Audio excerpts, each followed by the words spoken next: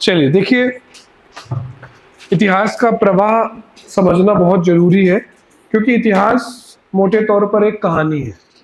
ठीक है, और कहानी तभी समझ में आती है जब तारतम्य बना रहे।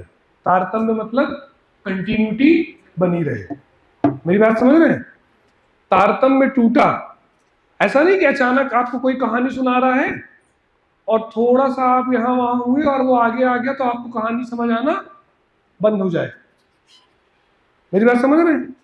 तो इतिहास कहानी ही है। तारतम्य टूटा तो इतिहास समझ आना बंद। तो कहानी बिल्कुल बनी रहनी चाहिए। कहानी जो शुरू हुई थी कहाँ से? प्राग ऐतिहासिक काल से, है ना? प्राग ऐतिहासिक काल यानी कि पूरा पाषाण, फिर मध्य पाषाण और नवपाषाण। ठीक है, नवपाषाण काल के बाद जो विकास हुआ वो क्या था? सिंधु सभ्यता थी। ठीक है, नवपाषाण काल के बाद सिंधु सभ्यता का विकास हुआ। फिर सिंधु सभ्यता आगे बढ़ी तो क्या हुआ? वैदिक सभ्यता। वैदिक में भी ऋग वैदिक और उत्तर वैदिक काल। ठीक है, देखिए अब यहीं पर एक बात समझना जरूरी है कि ऋग वैदिक काल कृषि प्रधान अर्थव्यवस्था नहीं थी, पशुपालक थे, कोई आर्थिक गतिविधियां नहीं थी। उत्तर वैदिक काल में धीरे धीरे धीरे धीरे चीजें क्या हुई? शुरू हुई, है ना? धीरे धीरे चीजें शुरू हुई और हमने विकास करना शुरू किया। और छठी शताब्दी ईसा पूर्व आते आते व्यापार, वाणिज्य, उद्योग धंधे सब उन्नत अवस्था पर आ चुके थे। ठीक है, यहां तक की कहानी आपको क्लियर है? इसी टाइम पर बौद्ध और जैन धर्म का उदय हुआ, द्वितीय नगरीकरण और मगध साम्राज्य का भी उदय होना शुरू हुआ और लगभग पूरे विश्व में भारत की ख्याति जो है वो स्थापित अब हो चुकी थी। ठीक, अब देखिए जब किसी की ख्याति बढ़ती है तो वो लोगों की नजरों में आता है, उसकी संपत्ति लोगों की नजरों में आती है, उसका क्षेत्र लोगों की नजरों में आता है ना, है ना? यही हुआ छठी शताब्दी ईसा पूर्व में कि भारत की जब राजनीतिक आर्थिक उन्नति हुई तो भारत विश्व पटल पर दिखाई देने लगा।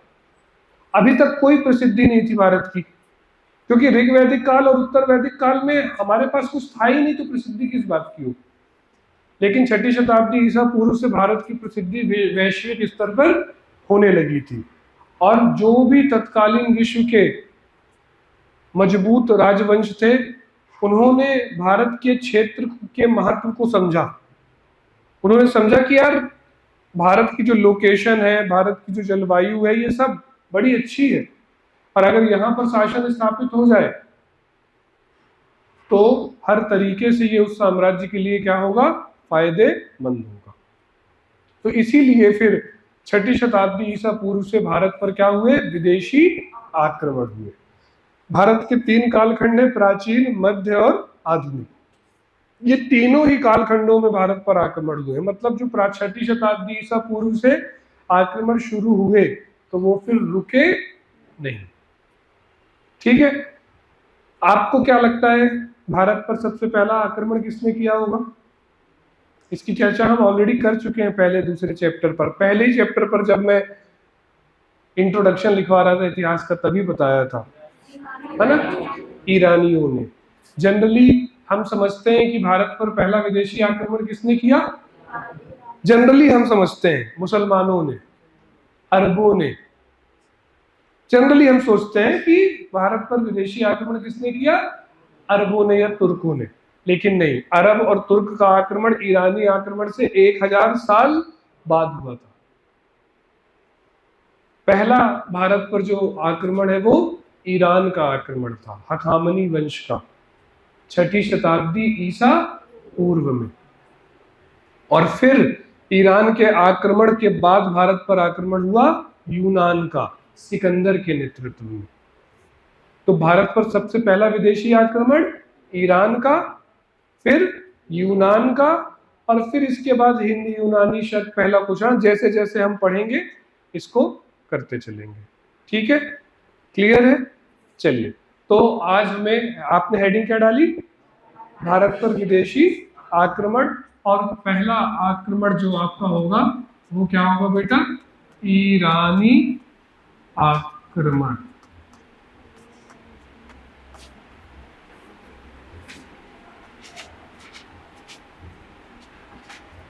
ठीक है, पहला आक्रमण जो होगा वो क्या होगा? ईरानी आक्रमण। एक इंट्रोडक्शन लिखेंगे, आक्रमण के कारण लिखेंगे, प्रमुख शासक जो इस वंश के 2-3 हुए उनकी चर्चा करेंगे, और भारत पर ईरानी आक्रमण के क्या प्रभाव हुए इसकी चर्चा करेंगे। ठीक है, तो आप परिचय से शुरू करिएगा। ठीक है, आप लिखिएगा भारत पर सर्वप्रथम विदेशी आक्रमण 6ठी शताब्दी ईसा पूर्व में ईरान के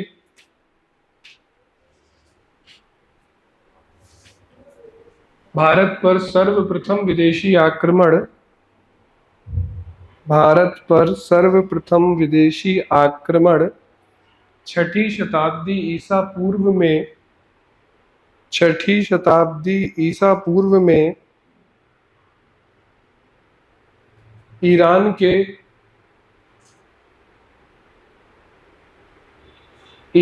के हखामनी वंश, ईरान के हखामनी वंश द्वारा किया गया। ठीक है, इतना परिचय सफिशिएंट है कि भारत पर सबसे पहले आक्रमण कौन कर रहा है? ईरान का हखामनी वंश। ये नाम याद रखिएगा, हखामनी वंश। और ये कब की बात है बेटा? 6ठी शताब्दी ईसा पूर्व की बात है। ठीक है, जब भारत पर ईरानी आक्रमण हो रहा था तो मगध में क्या चल रहा था? क्या चल रहा था? नहीं, मगध में किसका शासन चल रहा था ये पूछ रहा हूं मैं आपको।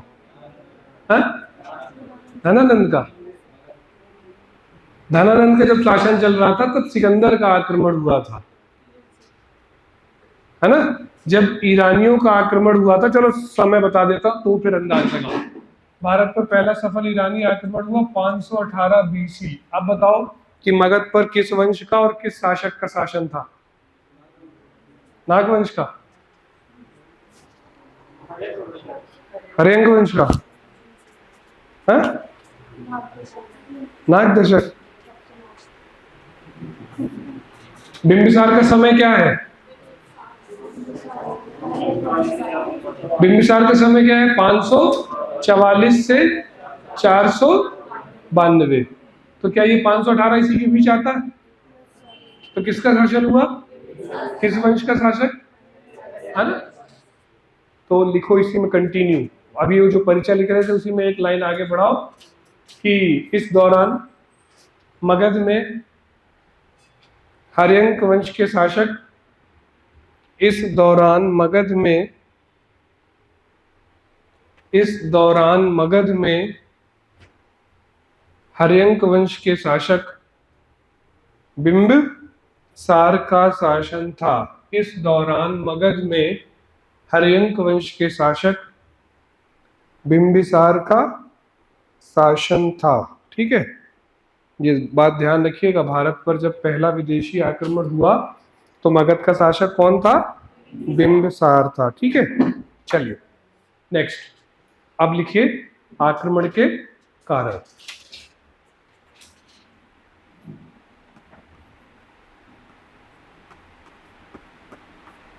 देखिए, आक्रमण के कारण को हम 3 कैटेगरी में लिख सकते हैं: राजनैतिक, आर्थिक और सामाजिक सांस्कृतिक। सामाजिक, सांस्कृतिक, आर्थिक और राजनीतिक। 2-2, 3-3 कारण है, एक एक इन्हीं के नीचे आप चाहें तो आप लिख सकते हैं। ठीक है, चलिए देखिए, कोई देश किसी दूसरे देश पर जब आक्रमण करता है तो उसका पहला प्रारंभिक कारण, मूल कारण क्या हो सकता है? साम्राज्य विस्तार करना। बात समझ में आ रही है? साम्राज्य विस्तार करने के लिए ही तो कोई आक्रमण करेगा, वरना क्यों करेगा? ठीक है। तो अच्छा, ये जो साम्राज्य विस्तार है ये कैसा कारण हो सकता है? आर्थिक, सामाजिक, सांस्कृतिक या राजनीतिक, है ना? तो राजनीतिक बिंदु पर आप पहला पॉइंट लिखेंगे, साम्राज्य विस्तार करना। ठीक है। हखामनी वंश ने पहला जो मूल कारण था आक्रमण का, वो क्या था? साम्राज्य विस्तार करना। ठीक है। देखिए, कोई किसी पर तभी आक्रमण करेगा जब वो खुद में मजबूत हो और सामने वाला कमजोर हो। यही स्थिति थी पश्चिम में हखामनी साम्राज्य की सुदृढ़ स्थिति और तत्कालीन भारत की कमजोर राजनीतिक स्थिति।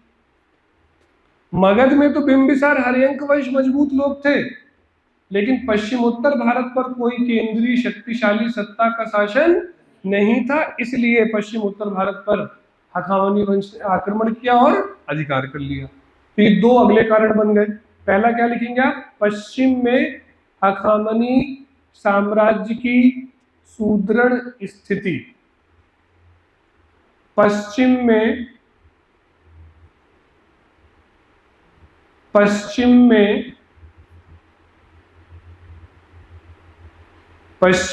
हखामनी साम्राज्य की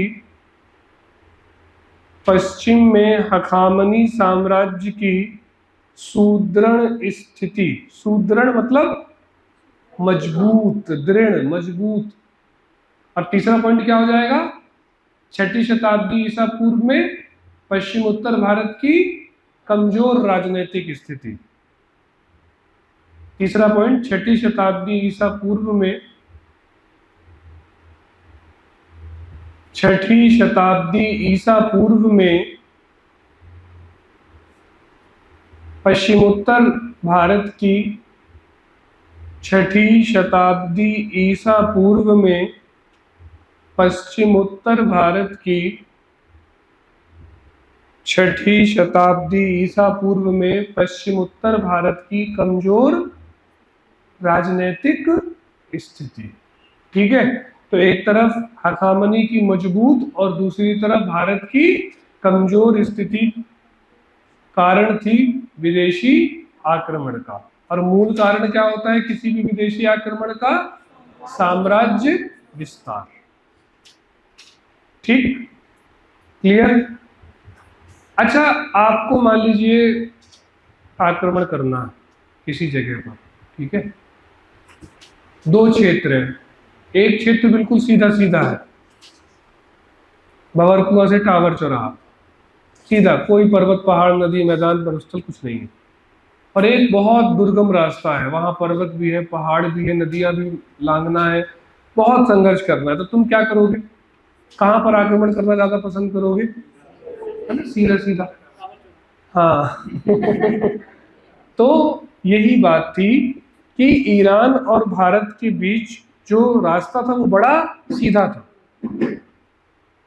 कोई ऐसे दुर्गम पर्वत और पहाड़ियों से होकर के गुजरने वाला रास्ता नहीं था। तो हमेशा से ये सीधा सीधा जो रास्ता होता है, ये क्या होता है? आक्रमण का कारण होता है। तो आप अगला एक पॉइंट लिख लीजिए जो दूसरी आक्रमणों में भी कॉमन रहेगा पहले के जैसा। वो क्या होगा बेटा? विजय का सहज रास्ता। ठीक है, या मार्ग, विजय का सहज मार्ग।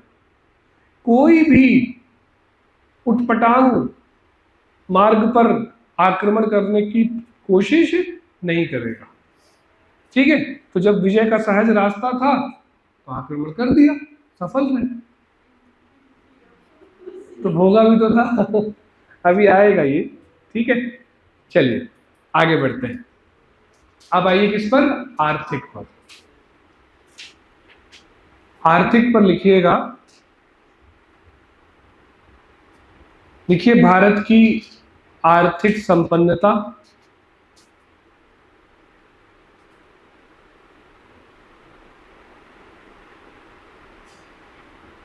ठीक है, भारत की आर्थिक संपन्नता। भाई अब जो आर्थिक रूप से मजबूत राष्ट्र होंगे उसी पर तो आक्रमण होगा, है? कोई कमजोर राष्ट्रों पर क्यों आक्रमण करेगा, क्या मिलेगा वहां? और ये वो टाइम है जब अब भारत की आर्थिक स्थिति क्या है, बढ़िया है। ठीक है।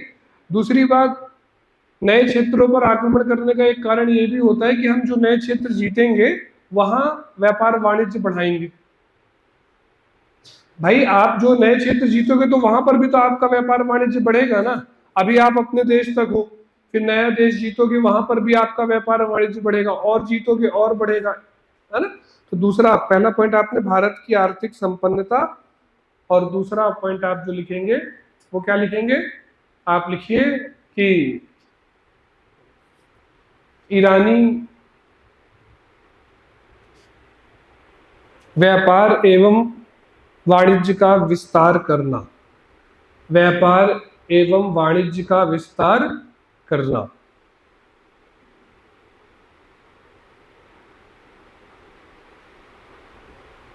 ठीक है। और सांस्कृतिक में सिर्फ एक ही लिखना है, ईरानी संस्कृति का भारत में प्रचार प्रसार करना। ईरानी सामाजिक सांस्कृतिक में ईरानी संस्कृति का भारत में प्रचार प्रसार करना। ठीक है। ये वो कारण हैं जिनके चलते ईरानियों ने 6ठी शताब्दी ईसा पूर्व में भारत पर आक्रमण किया था। ठीक है, क्लियर है? क्लियर? चलिए अब देखिए, ये जो हखामनी वंश है ये विश्व का अपने समय का, या आप कहिए 6ठी शताब्दी ईसा पूर्व से अगले 200-300 सालों तक का सबसे मजबूत वंश था, सबसे विशाल वंश था। इतना बड़ा साम्राज्य था ये हखामनी साम्राज्य की, इसके राज्य की जो कुल सीमा थी वो 50 लाख किलोमीटर स्क्वायर थी। 50 लाख किलोमीटर स्क्वायर, समझ रहे हैं? पूरा भारत और आधा भारत, मतलब भारत का एरिया 32 लाख, और मैं क्या बोल रहा हूँ, 50 लाख। तो आप समझ लीजिए कितना बड़ा साम्राज्य था ईरानी साम्राज्य, हखामनी साम्राज्य। सैकड़ों शासक हुए हैं इस वंश के, लेकिन हमें उन सैकड़ों शासकों से कोई लेना देना नहीं है। हमें सिर्फ 3 से लेना देना है, पहले से, अंतिम से, और एक बीच का जो सबसे इंपॉर्टेंट हुआ। पहला, इस वंश का संस्थापक जिसे हम साइरस द्वितीय कहते हैं। फिर इस वंश का वो शासक जिसने भारत पर पहला सफल आक्रमण किया, डेरियस प्रथम, जिसे हम दारा प्रथम कहते हैं। और फिर वो शासक जो भारत में इस वंश का अंतिम शासक था, डेरियस थर्ड, दारा तृतीय। तो हमें प्रमुख शासकों में 3 को पढ़ना है और उनसे रिलेटेड एक एक दो बातें जो आक्रमण के संबंध में है, और फिर ईरानी आक्रमण का प्रभाव करते हुए खत्म कर देंगे ईरानी आक्रमण। ठीक है। तो आपकी जो अगली हेडिंग होगी वो क्या होगी, प्रमुख शासक।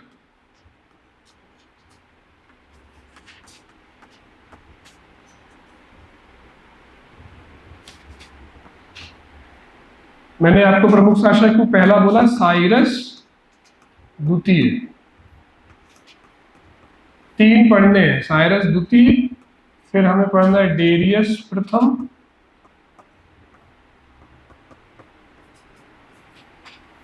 और फिर हमें क्या पढ़ना है, डेरियस तृतीय, डेरियस तृतीय, डेरियस प्रथम और साइरस द्वितीय। ठीक है। चलिए, इतना कुछ नहीं आएगा, एक ही 2 पॉइंट है इसके बारे में। तो साइरस द्वितीय, सबसे पहले तो आप लिखिएगा ईरान के हखामनी वंश का संस्थापक था। किसके बारे में पहला पॉइंट, साइरस द्वितीय के बारे में। साइरस द्वितीय के बारे में पहला पॉइंट, ईरान के हखामनी वंश का संस्थापक था। कौन? साइरस द्वितीय।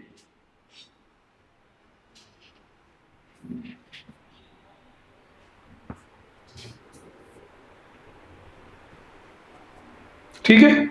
दूसरा पॉइंट लिखिए, यह इस वंश का प्रथम शासक था जिसने भारत पर आक्रमण किया। सॉरी,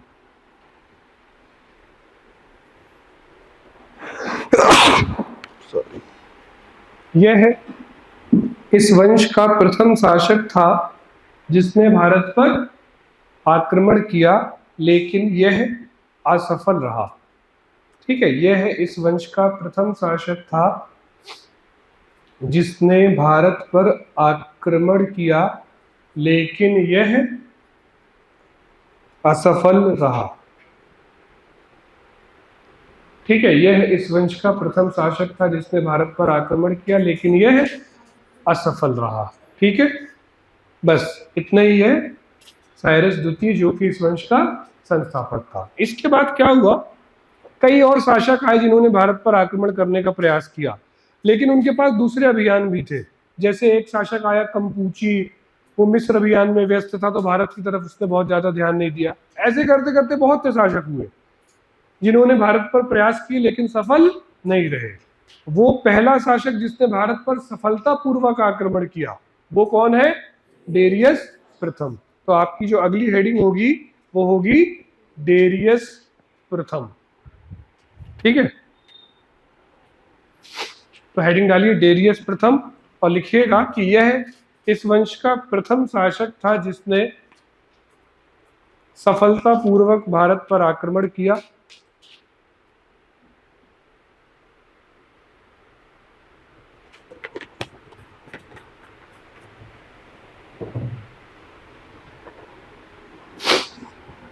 यह इस वंश का प्रथम शासक था जिसने सफलतापूर्वक भारत पर आक्रमण किया।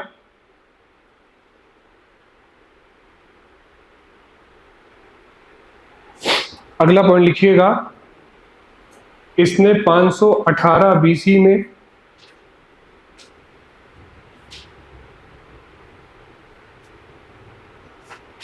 इसने 518 बीसी में सफलतापूर्वक गांधार पर नियंत्रण स्थापित किया। इसने 518 बीसी में सफलतापूर्वक गांधार पर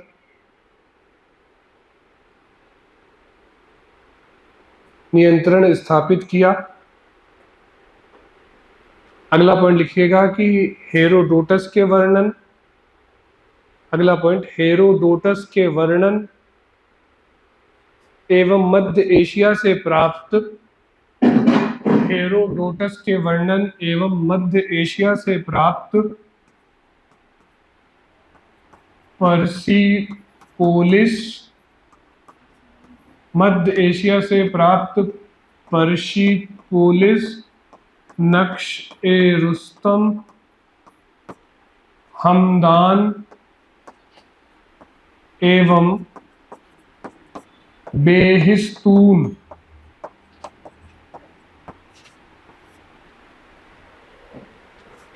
हेरोडोटस के वर्णन एवं मध्य एशिया से प्राप्त पर्सिपोलिस, नक्श-ए-रुस्तम, हमदान एवं बेहिस्तून अभिलेखों से भी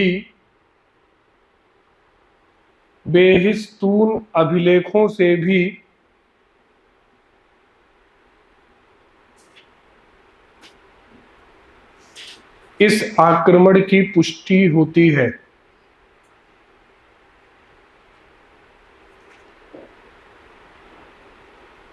इस आक्रमण की पुष्टि होती है। और इस समय भारतीय शासक कौन है, मैंने आपको बता ही दिया, बिंबिसार।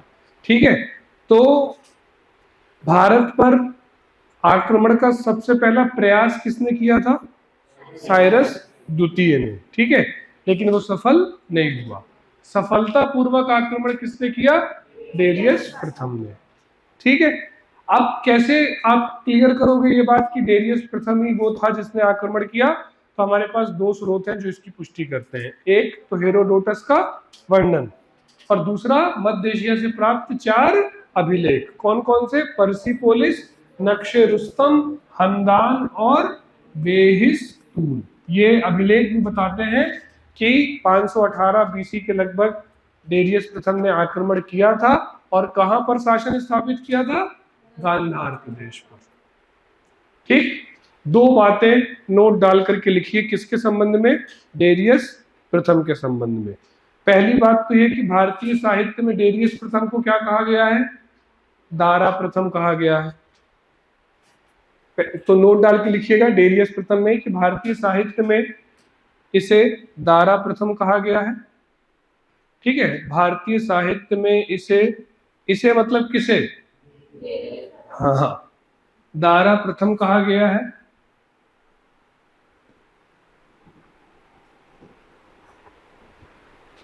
और दूसरी बात लिखिएगा कि विश्व में सबसे पहली बार, विश्व में सर्वप्रथम अभिलेख जारी करने का श्रेय दारा प्रथम को या डेरियस प्रथम को ही है। विश्व में सर्वप्रथम अभिलेख, विश्व में सर्वप्रथम अभिलेख जारी करने का श्रेय, विश्व में सर्वप्रथम अभिलेख जारी करने का श्रेय किसे है? डेरियस प्रथम या दारा। और फिर बाद में अशोक ने इसी से प्रभावित होकर भारत में सबसे पहली बार अभिलेख जारी किए थे। ठीक है, चलो आखिरी हेडिंग, डेरियस तृतीय। इसी को हम क्या कह सकते हैं? दारा तृतीय,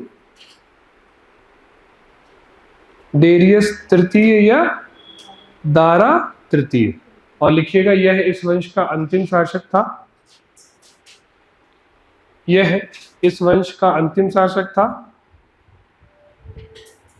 यह इस वंश का अंतिम शासक था।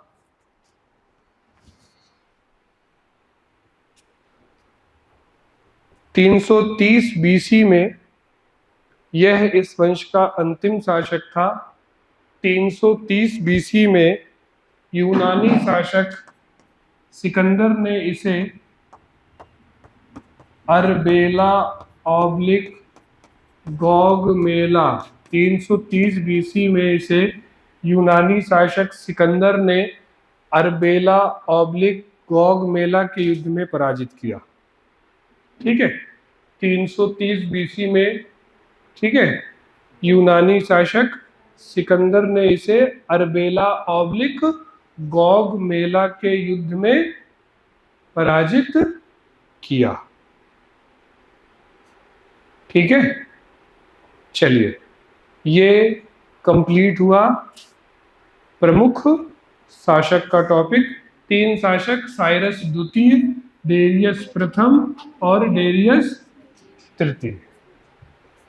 ठीक है, चलिए अब देखिए 518 पर आक्रमण किया था और अंतिम कब तक चला भारत पर इनका शासन? 330, मतलब लगभग 200 साल तक ये रहे भारत पर। रहे कि नहीं रहे? मतलब एक बहुत लंबा टाइम है शासन का ये। तो स्वाभाविक सी बात है कि इतने लंबे समय में कुछ ना कुछ तो भारत को इन्होंने प्रभावित किया ही होगा। अब हमें यही देखना है कि भारत पर इस वंश के क्या प्रभाव हुए, राजनीतिक तौर पर भी, सांस्कृतिक तौर पर भी और आर्थिक तौर पर भी। ठीक है, तो आप आखिरी हेडिंग इस चैप्टर की डालेंगे ईरानी आक्रमण के प्रभाव, और 3 कॉलम बना लीजिएगा, वही राजनीतिक, आर्थिक, सामाजिक, सांस्कृतिक। ठीक है,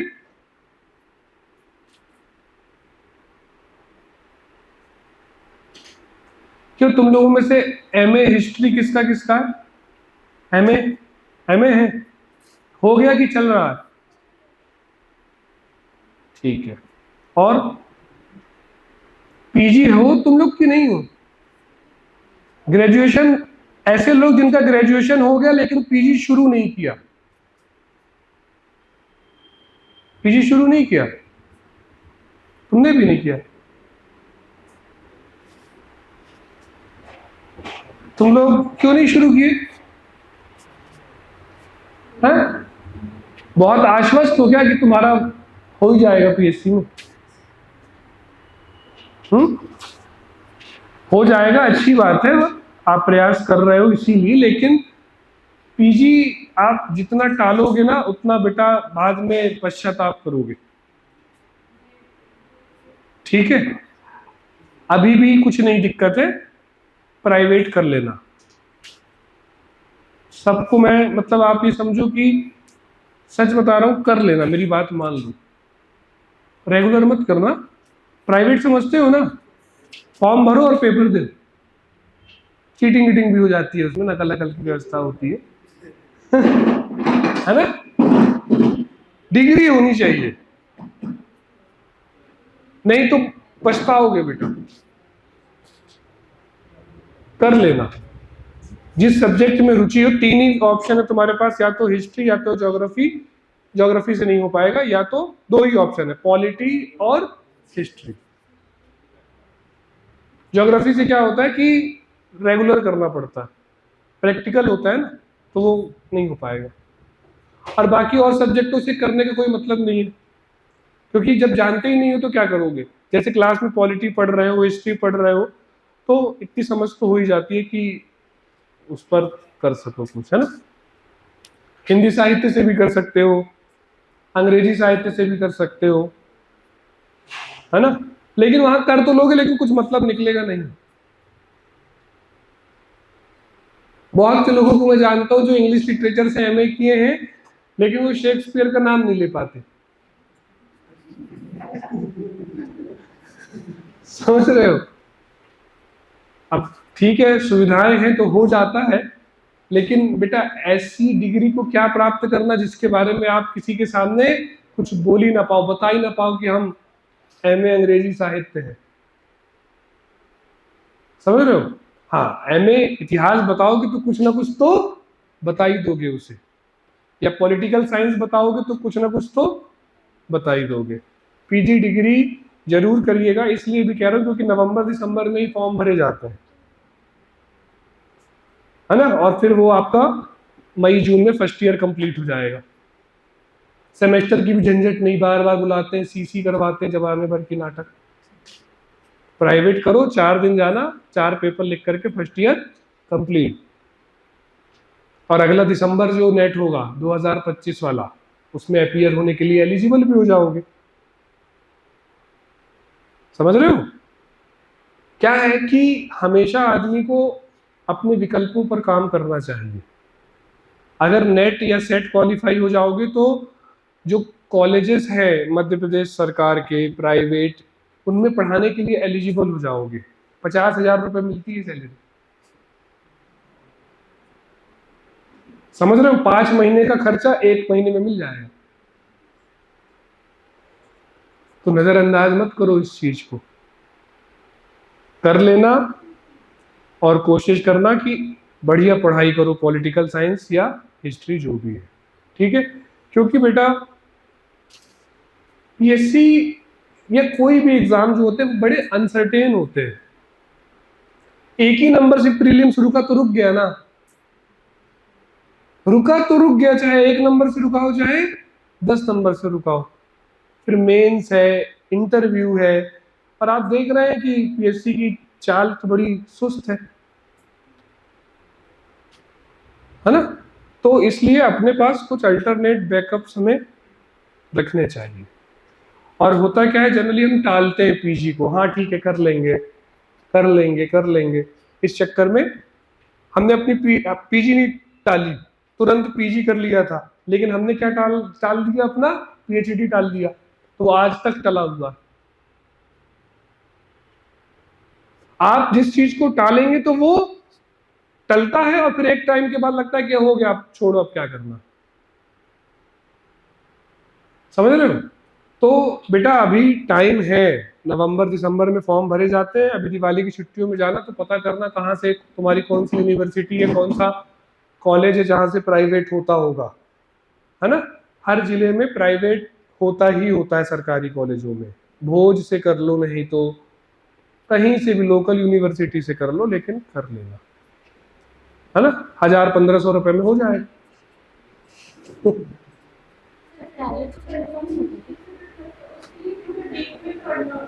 किसके लिए। ठीक है, अभी तो डिग्री लो ना 2 साल, यहाँ कोर्स कंप्लीट हो जाएगा, ठीक है। और वो हो जाता है बेटा, 50-60% की तो मैं गारंटी दे रहा हूं कि मैं जिस दिन तुमको आधुनिक काल करा दिया, तो समझ जाना 60% नेट, 100% सेट और 60% नेट मैंने करा दिया तुम्हें। 40% थोड़ा सा खुद प्रयास कर लेना। मैंने इतिहास पढ़ा दिया तो सेट तुम्हारा क्वालिफाई हो गया, ये बात मैं तुमको लिख के भी दे सकता हूं। और थोड़ा सा और उस पर, हर चैप्टर पर थोड़ा थोड़ा और प्रीवियस ईयर क्वेश्चन सॉल्व कर लो, थोड़ा बहुत और पढ़ लो, तो नेट के लिए भी हो जाएगा काम। समझ रहे हो? तो वो कर लेना बेटा। कोई ये मत सोचना कि हमको तो पीएससी करना है, हम क्यों करें, है ना? ऐसी विचारधारा मत रखना बेटा। ये क्या है, इतनी जो कठोरता है ना, ये अच्छी नहीं है। इसलिए कर लेना, बहुत प्रेशर दे करके कह रहा हूं तुम्हें, कर लेना, अच्छा रहेगा तुम्हारे लिए। ठीक, कोई दिक्कत नहीं। एग्जाम देने एग्जाम देने कॉलेज में जाओगे और आप पेपर देने आ रहे हो, तो जो बच्चे रेगुलर होते हैं उनको ईर्ष्या नहीं होती? ईर्ष्या कैसी बेटा? समझो बात को, आप रेगुलर हो, आप रोज जा रहे हो, आप फीस भर रहे हो, आप टीचरों से सीख रहे हो, बहुत सारी चीजें आपको अच्छी हो रही हैं। और जो बच्चे नहीं कर पा रहे हैं रेगुलर, मजबूर है, बहुत सारी मजबूरियां होती है, तो उनको प्राइवेट का मौका मिलता है ना? तो इसमें कोई दिक्कत नहीं, सरकार को इसमें कोई आपत्ति नहीं है कि आपने रेगुलर किया है कि प्राइवेट। मैंने खुद प्राइवेट किया है, समझ रहे हो? बढ़िया, क्या कहते हैं, आपको थोड़ी बहुत सुविधा भी मिल जाती है ना? सुविधा मतलब समझ गए, है ना? सब उपलब्ध है, कर लो। हम भी जब लिख रहे थे तो हमारे बगल में एक मोहतरमा बैठी थी, बढ़िया लाई थी। अब हमारा तो इतिहास ही था, तो अब हम क्या नकल करते? तो वो बढ़िया लिख रही थी, पता चला वहां से आ गए कौन, चेकर, उड़न दस्ता आ गया, तो अफरा तफरी मच गई। और वो मेरे बगल में भी उसने 2-3 कॉपियां रखी थी, क्योंकि अलग अलग कॉपियां होती हैं। तो मैंने सबको फेंका और उसको फेंकने के साथ ही उसकी कॉपी भी फेंक दी। वो लगी रोने, बाहर फेंक दी, खिड़की से बाहर। चेकर आया, बोला तुम्हारी कॉपी हो गया। फिर तो वो समझ जाते हैं, तो फिर अपनी कॉपी उठाई उसने। तो प्राइवेट में भी कोई दिक्कत नहीं है, आप कर सकते हैं। ठीक है, चलो आ जाओ मुद्दे पर। अब थोड़ा सा डिपेंड करता है कि आप किस कॉलेज पर हो, है ना? होलकर वगैरह में फंस गए तो फिर वो बीएससी कर पाओगे, पीएससी ना कर पाओगे। 3 साल होलकर से आए हो?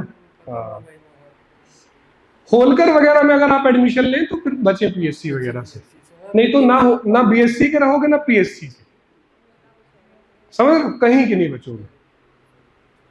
चलो प्रभाव देखते हैं कि ईरानी आक्रमण का भारत पर क्या प्रभाव हुआ। राजनीतिक प्रभाव तो देखिए, मैंने किसी के राज्य पर आक्रमण किया और उसको जीता, तो इसका क्या प्रभाव होगा? सबसे पहला प्रभाव तो ये होगा कि सभी लोगों को पता चल जाएगा कि यार ये तो बहुत कमजोर है जिस पर आक्रमण किया, तो इससे दुर्बलता का उजागर होता है। यही हुआ।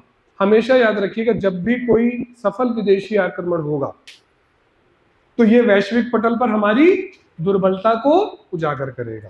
तो आप राजनीतिक बिंदु पर पहला पॉइंट लिखिएगा कि भारत की राजनीतिक दुर्बलता, भारत की राजनीतिक दुर्बलता वैश्विक पटल पर, भारत की राजनीतिक दुर्बलता, भारत की राजनीतिक दुर्बलता वैश्विक पटल पर उजागर हो गई। भारत की राजनीतिक दुर्बलता वैश्विक पटल पर उजागर हो गई। ठीक है, दूसरा पॉइंट लिखिएगा, पश्चिम उत्तर भारत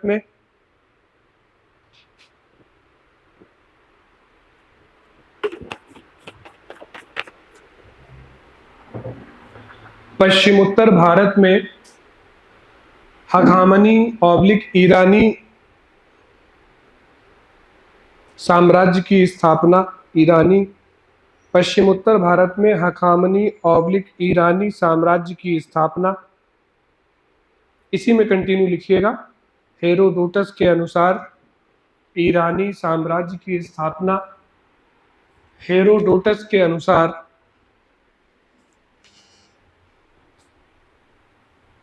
पश्चिमोत्तर क्षेत्र ईरानी साम्राज्य का 20वां प्रांत बना। ध्यान है, ये बताया था तुम लोगों को पहले, है ना। हेरोडोटस के अनुसार पश्चिमोत्तर क्षेत्र ईरानी साम्राज्य का कौन सा नंबर का प्रांत बना? 20वां। ठीक है, 20वां प्रांत बना ईरानी साम्राज्य का, 20वां प्रांत बना। ठीक है, ये राजनीतिक प्रभाव है ईरानी आक्रमण का। पहला प्रभाव तो क्या हुआ बेटा? भारत की दुर्बलता उजागर हो गई वैश्विक पटल पर, और भारत के पश्चिम उत्तर क्षेत्र पर ईरानी साम्राज्य स्थापित हुआ। कौन से क्रमांक का राज्य बना था? 20वां। और ये बात मैंने पहले दिन ही बताई थी तुमको, डेमो के पहले दिन, ध्यान है? ठीक है, चलिए, तो ये राजनीतिक प्रभाव है ईरानी आक्रमण का। एक और राजनीतिक प्रभाव लिख लो, लिखिए ईरानियों की क्षत्रप शासन प्रणाली का, ईरानियों की क्षत्रप, ईरानियों की क्षत्रप शासन प्रणाली का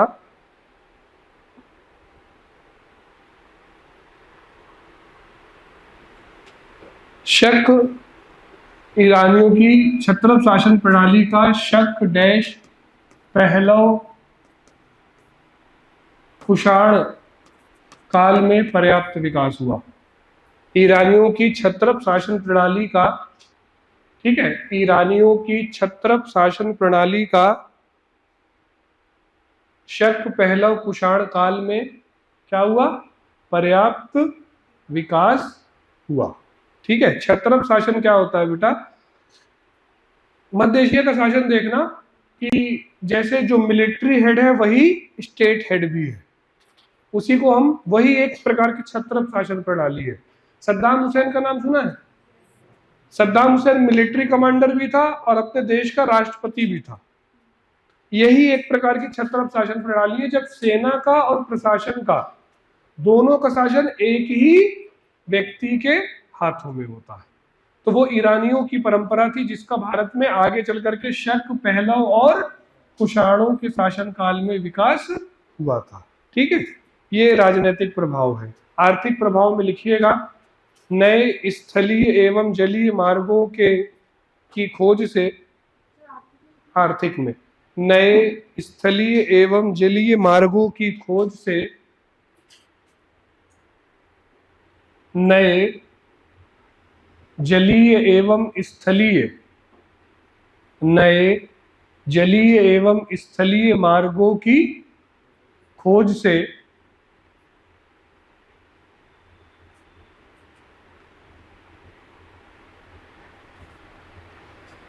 व्यापार वाणिज्य में वृद्धि हुई, व्यापार वाणिज्य में वृद्धि हुई। आक्रमण किया ही गया था व्यापार वाणिज्य में वृद्धि करने के लिए, तो वो तो होने ही थे। ठीक है, और दूसरा लिखिएगा, देखिए भारत में अभी आपने लिखा राजनीतिक प्रभाव में कि भारत जो है वो ईरानी साम्राज्य का 20वां प्रांत बना, है ना। तो ये जो प्रांत होते थे, ये प्रतिवर्ष केंद्र को, राजा को क्या देते थे? हाँ, तो इसका प्रभाव क्या हुआ? भारत से प्रतिवर्ष एक बड़ी धनराशि कर के रूप में ईरान भेजी जाने लगी, धन निष्कासन। ठीक है, तो आप लिखिए कि भारत से प्रतिवर्ष एक बड़ी धनराशि, भारत से प्रतिवर्ष एक बड़ी धनराशि, भारत से प्रतिवर्ष एक बड़ी धनराशि, इन्वर्टेड कॉमा में लिखिएगा, कर के रूप में, ये इन्वर्टेड कॉमा लगाए हो बेटा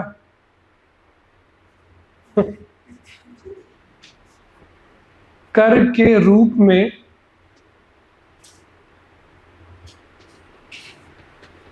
ईरान भेजी जाने लगी, कर के रूप में ईरान भेजी जाने लगी। ठीक है, ये आर्थिक प्रभाव है ना बेटा। चलिए सांस्कृतिक प्रभाव समझने वाले हैं। सांस्कृतिक प्रभाव में आप लिखिएगा सबसे पहला कि पश्चिमोत्तर भारत में दाएं से बाईं ओर लिखी जाने वाली खरोष्ठी लिपि का प्रारंभ हुआ। पश्चिमोत्तर भारत में दाएं से बाएं ओर लिखी जाने वाली, दाएं से बाएं ओर लिखी जाने वाली, दाएं से बाएं ओर लिखी जाने वाली कौन सी लिपि? खरोष्ठी लिपि का प्रारंभ।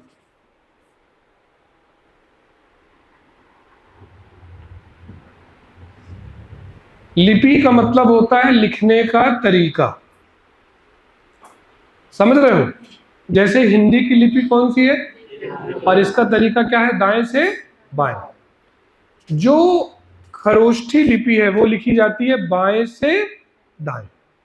जैसे उर्दू भाषा कैसे लिखी जाती है? बाएं से दाएं लिखी जाती है। दाएं से बाएं कि बाएं से दाएं? राइट टू लेफ्ट लिखी जाती है, दाएं से बाएं। और खरोष्ठी लिपि भी वही है। ठीक है, दूसरा लिखिएगा, भारत में ईरानी लिपि मैंने 1 मिनट क्या लिखवाया तुम लोगों को? पश्चिम उत्तर भारत में दाएं से, तुमने क्या लिखा? क्यों लिखा बेटा? सही करो।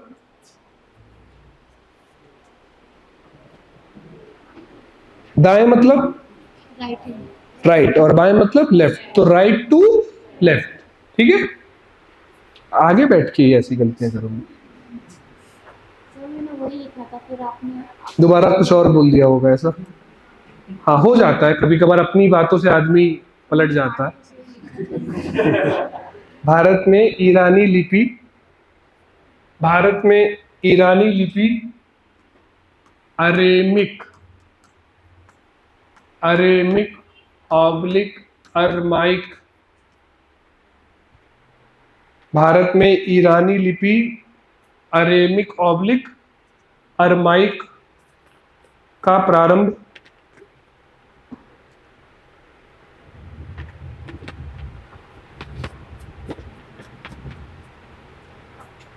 ब्रैकेट, अगला पॉइंट, थर्ड पॉइंट लिखिएगा कि भारत में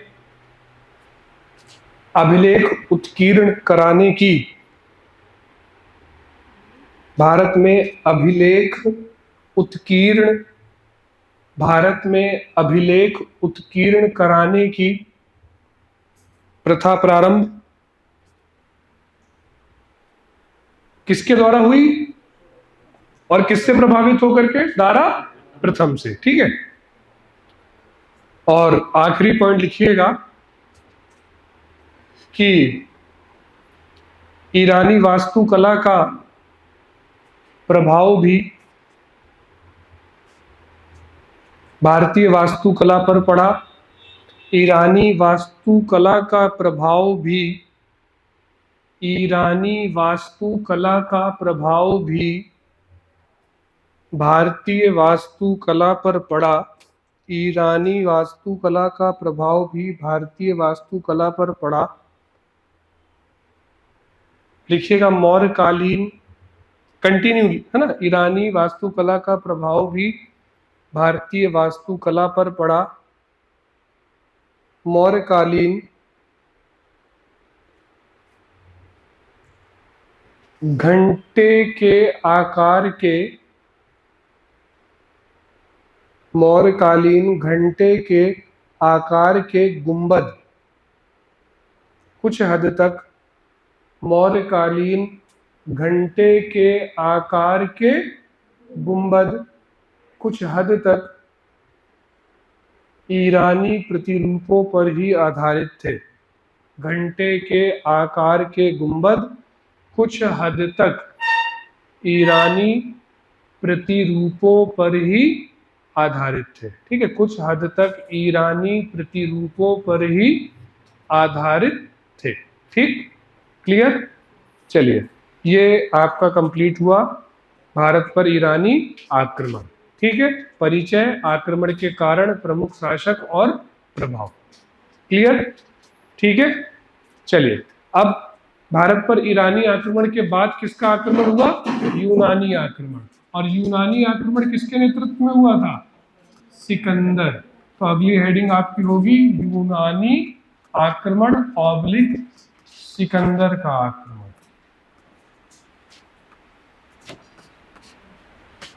यूनानी आक्रमण ऑब्लिक सिकंदर का आक्रमण।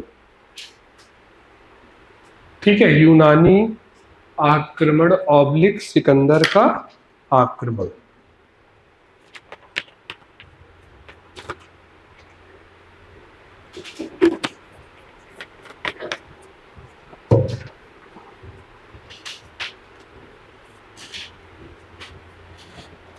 चलिए, लिखिए, भारत पर ईरानी आक्रमण के पश्चात, थोड़ा सा परिचय लिख रहे हैं हम। ठीक है, भारत पर ईरानी आक्रमण के पश्चात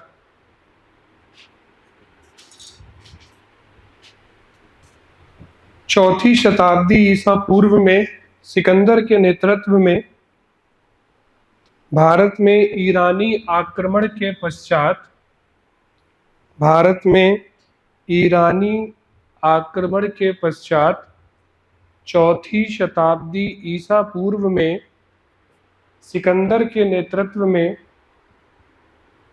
चौथी शताब्दी ईसा पूर्व में सिकंदर के नेतृत्व में यूनानियों का आक्रमण हुआ।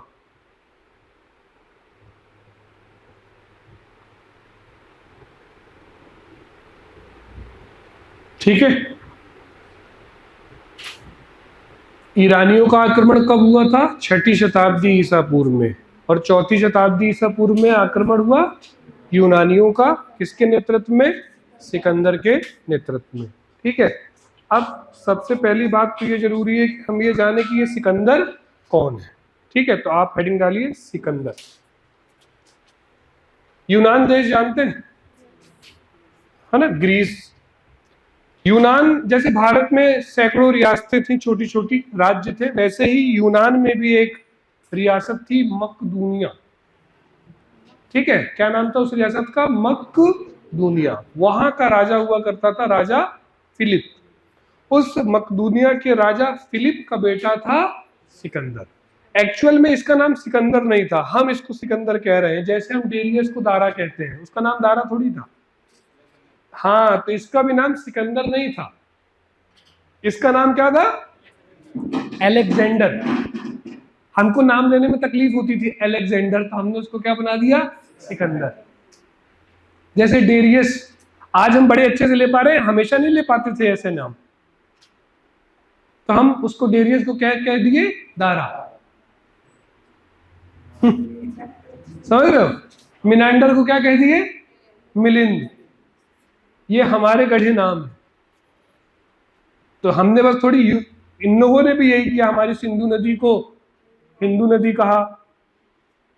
आप बात समझ रहे हैं, है ना? सिंध को हिंद कहा। ऐसे ही तो नामकरण हुआ है, हिंदी, हिंदू, हिंदुस्तान। समझ रहे हो? तो इसका वास्तविक नाम अलेक्जेंडर था, और भारतीय साहित्य इसे क्या कह रहा है? सिकंदर कह रहा। ठीक है, और फिलिप का पुत्र था। पिता की अल्प मृत्यु हो गई, असामयिक मृत्यु हो गई, और जब पिता की मृत्यु हुई तो सिकंदर मात्र 20 साल का था, और 20 साल की उम्र में ही सिकंदर मकदूनिया के सिंहासन पर बैठ गया। सिकंदर बहुत महत्वाकांक्षी था, बहुत महत्वाकांक्षी। विश्व विजेता बनने की उसके अंदर चाहत थी, और उस चाहत को पूरा करने वो निकल पड़ा पूरे विश्व को जीतने, और उसने जीता भी। और जीत के इसी क्रम पर उसने कहां आक्रमण किया? भारत पर। ठीक है, तो थोड़ा सा परिचय हमें लिखना है सिकंदर के बारे में। आप लिखिएगा कि इसका वास्तविक नाम अलेक्जेंडर था, इसका वास्तविक नाम अलेक्जेंडर था। यह यूनान की मकदूनिया, इसको इंग्लिश में मैसिडोनिया कहते हैं, यह यूनान की मकदूनिया, यह यूनान की मकदूनिया, यह यूनान की मकदूनिया रियासत, यूनान की मकदूनिया रियासत के राजा फिलिप का पुत्र था।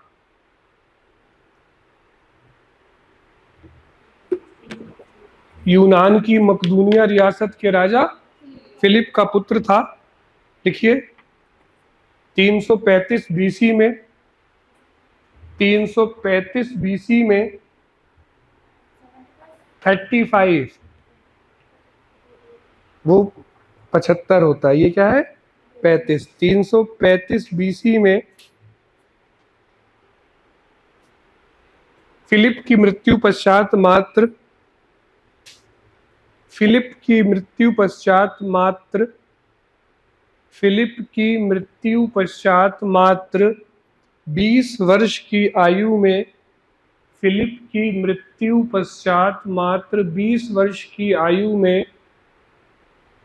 सिकंदर मकदूनिया के सिंहासन पर, सिकंदर मकदूनिया के सिंहासन पर आसीन हुआ। 20 वर्ष की आयु में सिकंदर मकदूनिया के सिंहासन पर आसीन हुआ। ठीक है, मात्र कितने साल की उम्र में? 20 साल की उम्र में सिंहासन पर आया। विश्व विजय की भावना से प्रेरित था और पूरे विश्व को जीतने निकल पड़ा सिकंदर। ठीक, क्लियर? चलिए, अब सिकंदर ने भारत पर आक्रमण क्यों किया, कब किया, कौन कौन से प्रमुख आक्रमण थे और इन आक्रमणों का क्या प्रभाव हुआ, ये कल हम करेंगे और इस टॉपिक को कंप्लीट करेंगे और शुरू करेंगे, कल ही शुरू कर सकते हैं, मौर्य काल। ठीक है, क्लियर है? चलिए, इसको कल आगे कल ये खत्म हो जाएगा हमारा टॉपिक और मौर्य काल पर भी हम आ जाएंगे, है ना। फिर बस बचेगा मौर्य, मौर्य उत्तर, गुप्त और गुप्त उत्तर। ठीक है, चलिए, आप लोग पढ़ने का काम तो कर रहे हो ना, इतने दिन इसीलिए दे रहा हूं कि पढ़ाई हो जाए।